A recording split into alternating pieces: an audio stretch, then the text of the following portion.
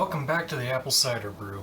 So it's been about 6 days since I made this, and well, took a gravity of it just before I set up my camera, and it's reading a little above 2, but I'd rather do this now than wait a couple more hours. The problem with reading in gravity in something like this that's still fermenting is the bubbles in here are going to keep pushing this up. So you just want to give it a quick spin. I'm not even sure if you can see that. So you just want to give your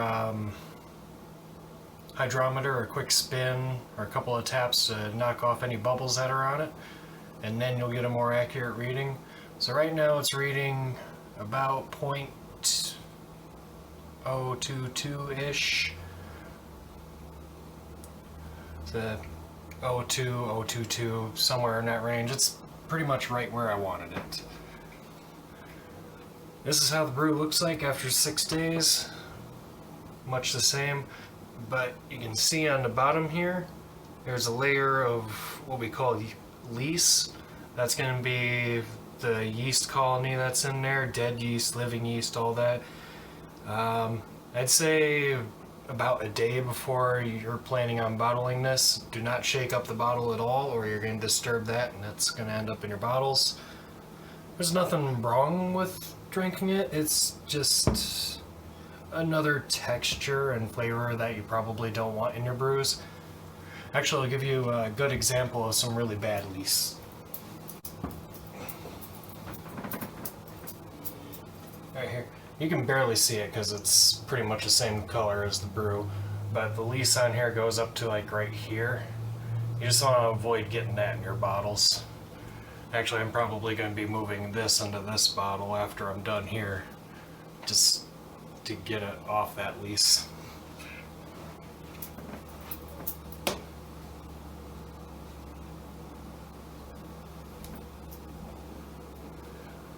So we took our hydrometer reading, figured it's pretty much right where we want it. What do we do now? We want to rack this off into a different vessel, preferably a glass one, but all I got right now is this empty water jug that I just sanitized, so I'll be using that. So you're going to want to siphon it from there to there. Using an auto siphon is the best option, otherwise you're going to be fiddling way too much with creating a regular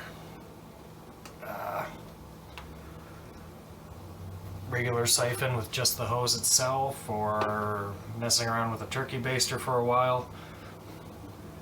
And this is just the better style. Oh hey, the neighborhood stray cat's by.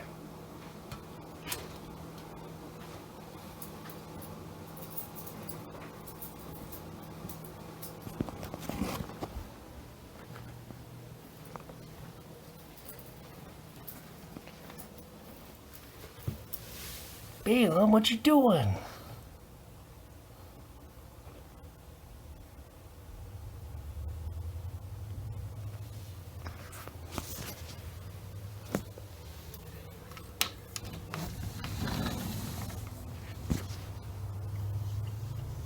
Balaam, you want some food?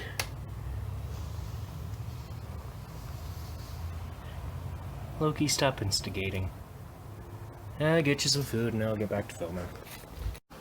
Sorry about that, had to take a quick cat break.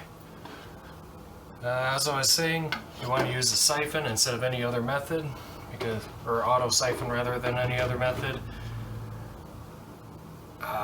And the primary reason a siphon works is to have the jug that you're going into lower. So best way for me to do that is either put this on the floor in the sink.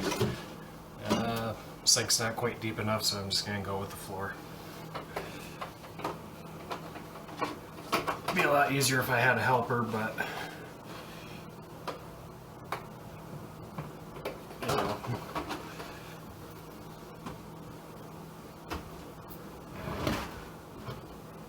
And stabilize that so it doesn't fall over. Snake. God damn it. Okay, this hose isn't quite long enough. Alright, in the sink it goes.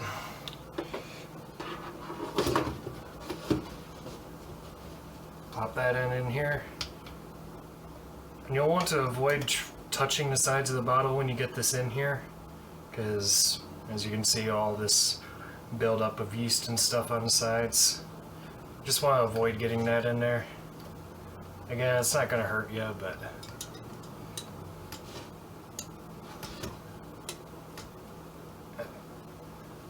so then stick it down about halfway, start pumping, and get your siphon going.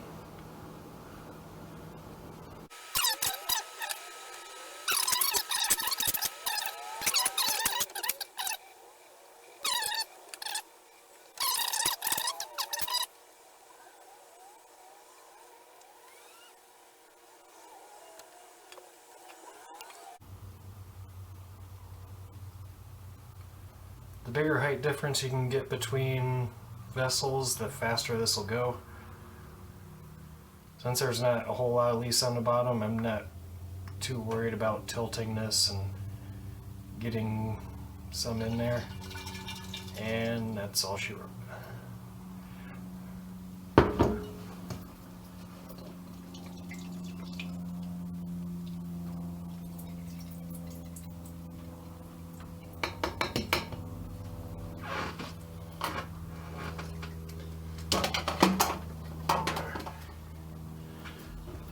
So that's what's left over.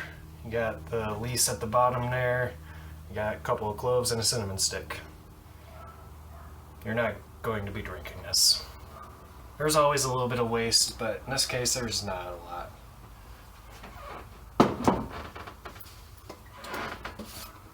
And now we got our jug of cider.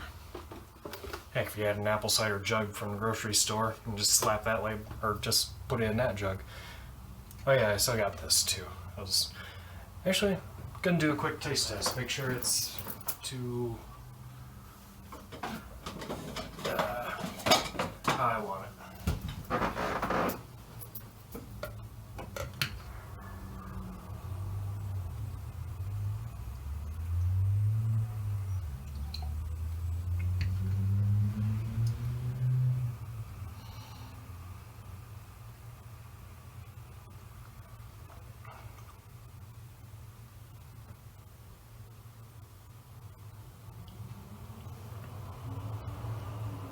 Yeah, that'll work. Apple cider always has a weird flavor profile when it's young. Since I'm going to be drinking this young, I can't really do much about that, but yeah, it's drinkable. I'm just going to pour the rest of this back in here.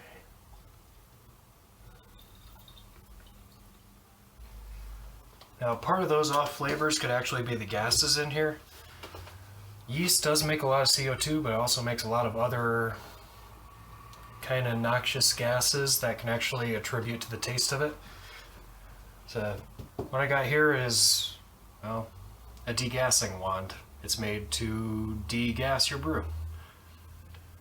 It has an end here that you can stick on a drill if you're really inclined. I really only do that when I'm mixing up something that's really thick, not so much for degassing, but you just stick that in your vessel and give it a spin. This will knock any of those gases that are in suspension out.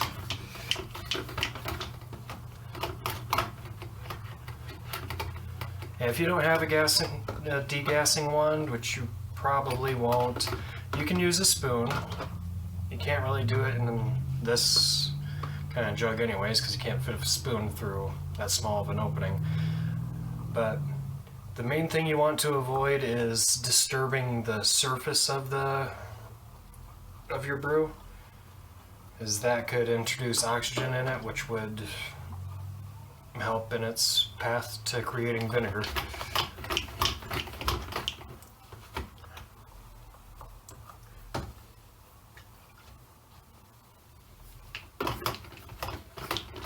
Just do this for a few minutes, make sure it's all as degassed as you can get it. You can even swirl it around a little. Okay, don't swirl it around a little bit.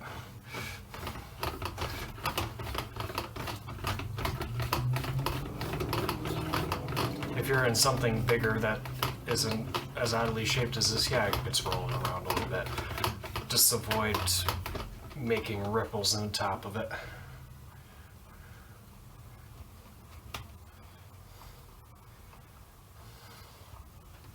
Can you still see all the bubbles there? Yeah. You're basically knocking out all of those bubbles and any other bubbles that are in suspension. You don't have to do this step if you don't want to, but your brew will be that much better for you doing it.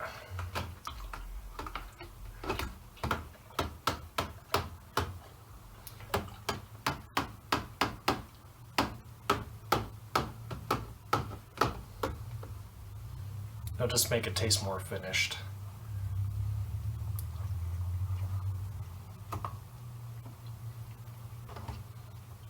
Now, I also have been shaking this up at least once a day since I brewed this, except for yesterday because I figured I was going to be doing this today. And that also helps degas it.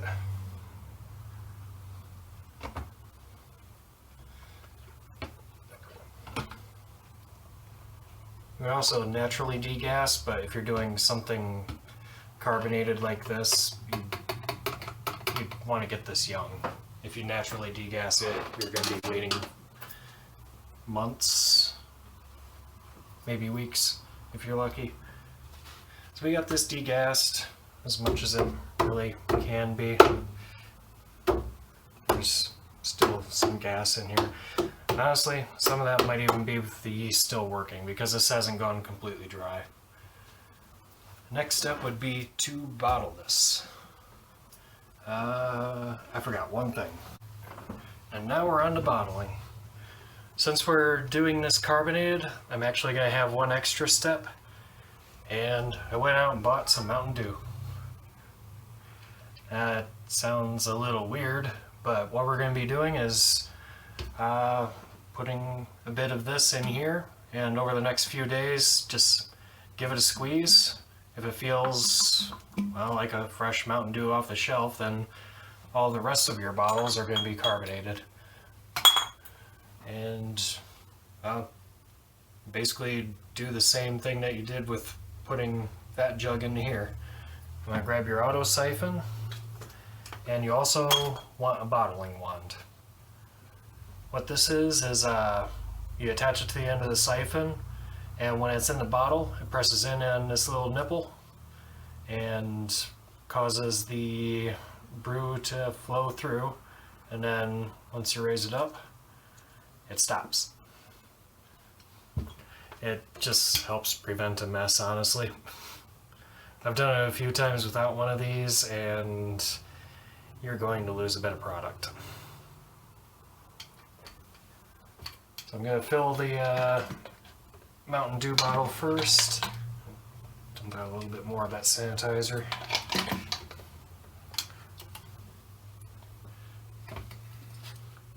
And since there's no lease on the bottom of this to worry about, I'm actually going to take the cap off of this. And that's the cap I was talking about. And we can just go straight to the bottom. You probably can't see what I'm doing now, but I'm just holding the bottling wand down in the bottle, giving this a few pumps to get it started, and there it goes. You want to have a bottle on standby so you can just easily swap it over.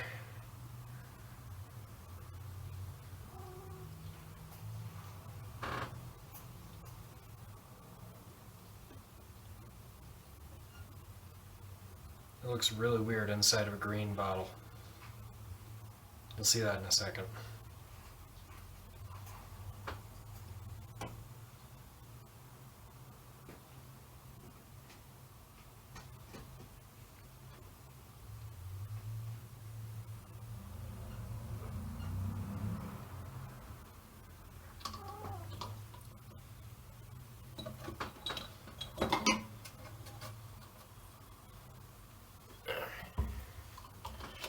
Cap that up.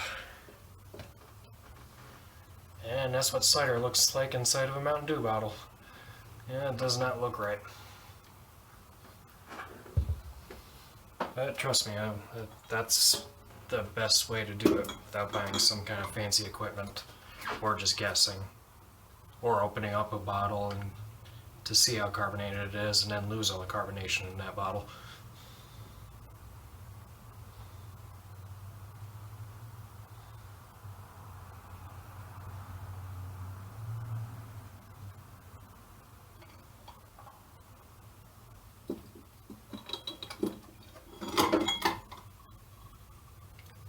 I really like these flip top bottles. I've got quite a few of them lying around because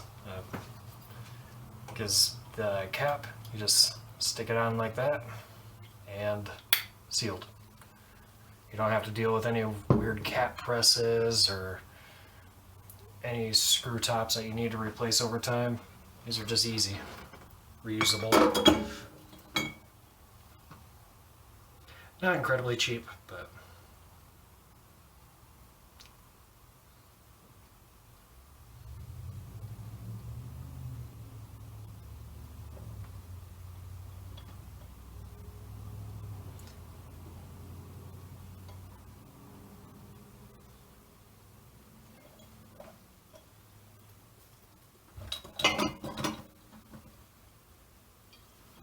I can't really show it because the camera's not pointing that way, but when you're filling these up, because that bottling wand is actually going to displace some of that, you want to get your level to about here-ish, or really as high as you can go, but I tend to shoot for like at the bottom of this lip here, and then when you pull it out it'll go down a little bit.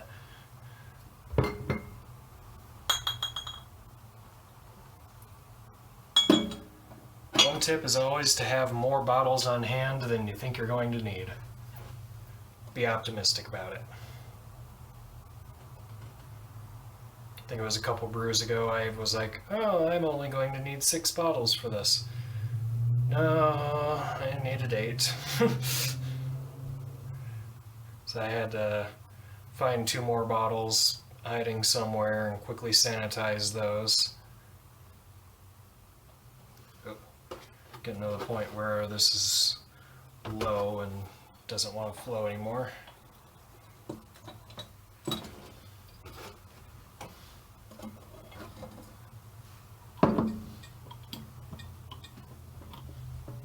This probably only has a bottle and a half left in it.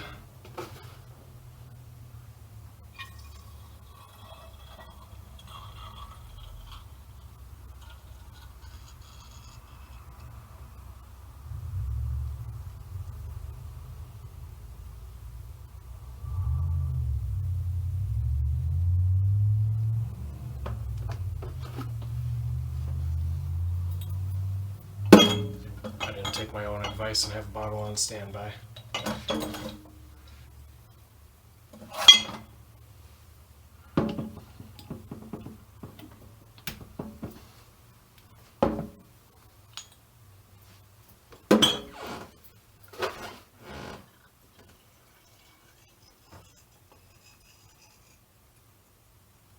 Oh, that was a fun noise.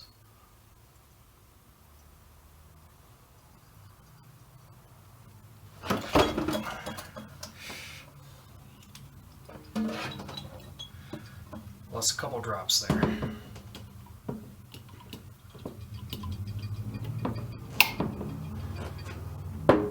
There's no way I'm going to fill up this bottle, but I'll try it anyways.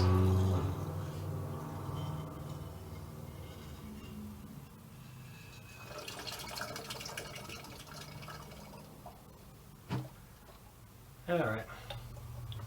That's all I'm going to get out of there. Alright, so we ended up getting 5.5 bottles plus Mountain Dew bottle. However that stacks up, it's probably about the same size really. So 6.5 bottles. Now we're going to let these carbonate in the same area that we fermented in. So relatively, I'd say room temperature place, dark, some closet really. And we'll let these ferment again for another like 3 days. Just want to squeeze this every so often to see if it's carbonated or not. After it's carbonated really, you can just either stick these in the fridge, and as long as you keep them cold, there's no risk of them fermenting any further, or you can pasteurize them. I typically always pasteurize my brews because there's really no reason not to besides it being inconvenient. But I'll probably show that in the next video in a few days. But until next time.